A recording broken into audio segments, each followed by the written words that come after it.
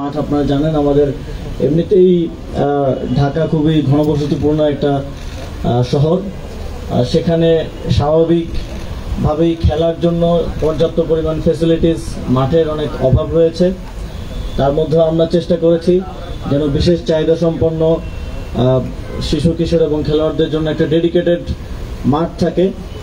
সেখানে শুধু তারাই খেলবে, অন্য কেউ খেলবে না, এবং সেখানে যেন খেলাধুলা নিয়মিত চলে সেজন্য আমি যারা দায়িত্বে থাকবেন এই মাঠের সার্বিক প্রশাসনিক দায়িত্বে থাকবেন, আপনারা এটা নিশ্চিত করবেন আমাদের অনেক ডেডিকেটেড বিশেষ চাহিদা সম্পন্ন শিশু কিশোরদের জন্য অনেক স্কুল আছে, সেখান থেকে তাদেরকে খেলার জন্য এখানে নিয়ে আসবেন।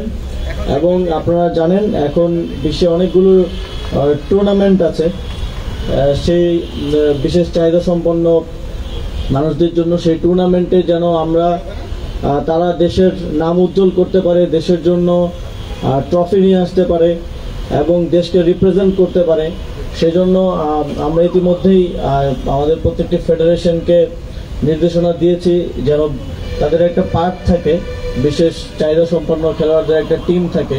আপনারা জানেন বিসিবির অলরেডি একটা ক্রিকেট টিম আছে, এছাড়াও অন্যান্য ফেডারেশনগুলোকে আমরা সেই নির্দেশনা দিয়েছি।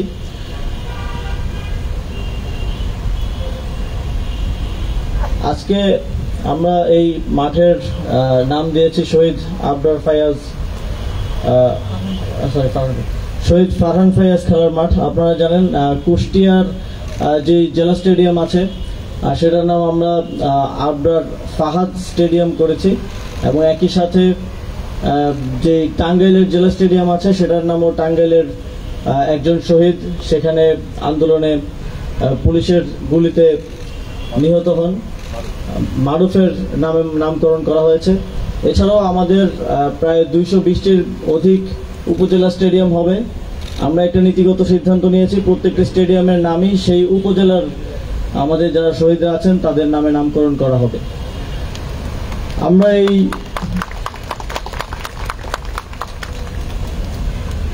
আমরা এই উদ্যোগটা নিচ্ছি কেননা আমরা চাই যারা জীবন দিয়ে এক সীমাহীন ফ্যাসিবাদী দুঃশাসন থেকে আমাদেরকে মুক্ত করেছে, যাদের রক্তের বিনিময়ে আজকে আমরা স্বাধীনভাবে কথা বলতে পারি, আমরা দেশ পুনর্গঠনের স্বপ্ন দেখছি, রাষ্ট্র সংস্কারে সবাই অংশগ্রহণ করার সুযোগ পাচ্ছি, তাদেরকে যেন আমরা কখনো ভুলে না যাই, তাদেরকে যেন বাংলাদেশ কখনো ভুলে না যায়, সেটা নিশ্চিত করার জন্য আমরা এই ক্ষুদ্র প্রয়াস নিচ্ছি।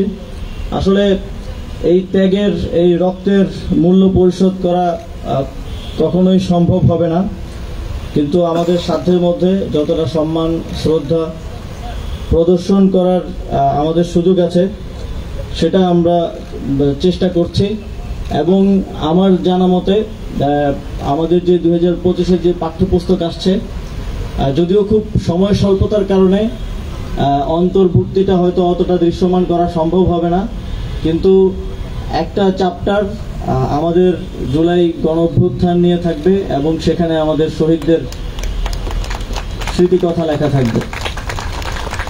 এবং আমাদের পরিকল্পনা আছে পরবর্তী বছরের যে পাঠ্যপুস্তক সেখানে যেন জুলাই গণঅভ্যুত্থানকে আমাদের পরবর্তী প্রজন্ম শিখতে পারে, পড়তে পারে, সেজন্য যথাযথভাবে সেই স্টোরিগুলোকে, সেই বীরত্বপূর্ণ স্মৃতিগুলোকে যেন আমরা তুলে ধরতে পারি, সেই প্রচেষ্টা শিক্ষা মন্ত্রণালয় নিচ্ছে।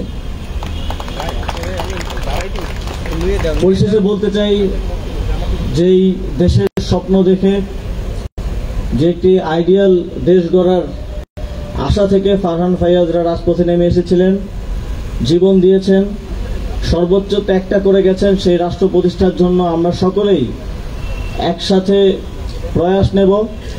আমরা সকলেই যার যার জায়গা থেকে একটা সুন্দর বাংলাদেশ গড়ার জন্য কাজ করে যাব, যাতে করে ফারহান ফায়াজদের যে ত্যাগ সেই ত্যাগ কখনো বৃথা না যায়। আজ আমি এই ফারহান ফায়াজ খেলার মাঠের উদ্বোধন ঘোষণার মাধ্যমে আমার বক্তব্য শেষ করছি।